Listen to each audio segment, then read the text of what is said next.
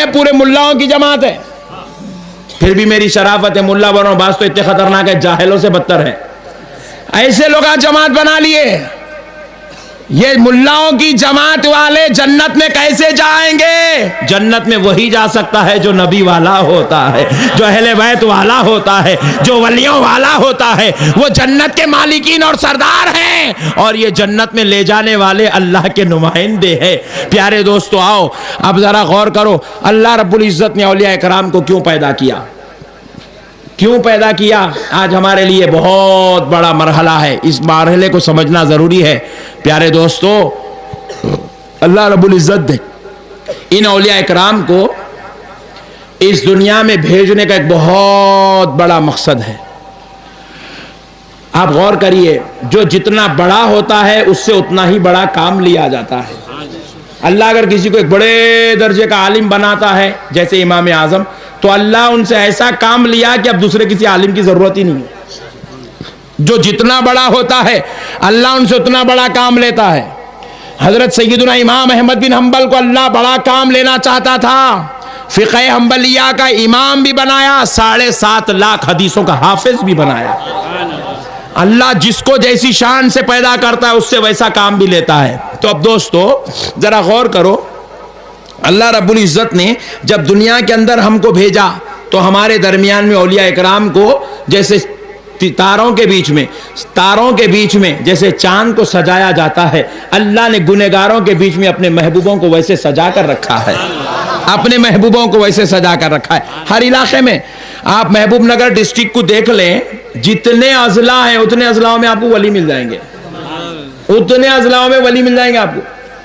ہر جگہ ولی ہے, ہر جگہ ولی ہے. اور یہی نہیں بلکہ میں تو سمجھتا ہوں ہم تو ہندوستان کو ساری دنیا میں اب تک اولیاء کا مرکز جانتے تھے, لیکن جب میں عراق گیا تو آپ یقین مانیے قبرستان کی میں نے ایسی زیارت کی عراق میں جہاں پر 1000 قادری سلسلے کے اولیاء اللہ آرام فرما رہے ہیں.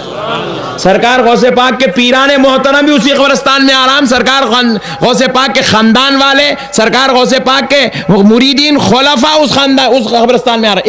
1000 اولیاء اللہ. جیسے مدینہ پاک میں جنت البقیع کا مقام ہے, عراق میں اولیاء اللہ کے قبرستان میں وہی شان نظر آ رہی ہے.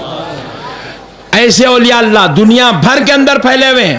اب جدید جو ممالک بنے اس کو چھوڑ کر بات کر رہا ہوں, دنیا بھر کے اولیاء اللہ کو اللہ رب العزت نے بھیج دیا ہے. تو پیارے بزرگوں اور دوستو اب ذرا آپ غور کرتے چلیں, تو یہ جو اولیاء اللہ ہیں اللہ ان کو کیوں پیدا کیا یہ بات سمجھنے کی ضرورت ہے. اور یہ بڑے منصب والے ہیں. کیوں؟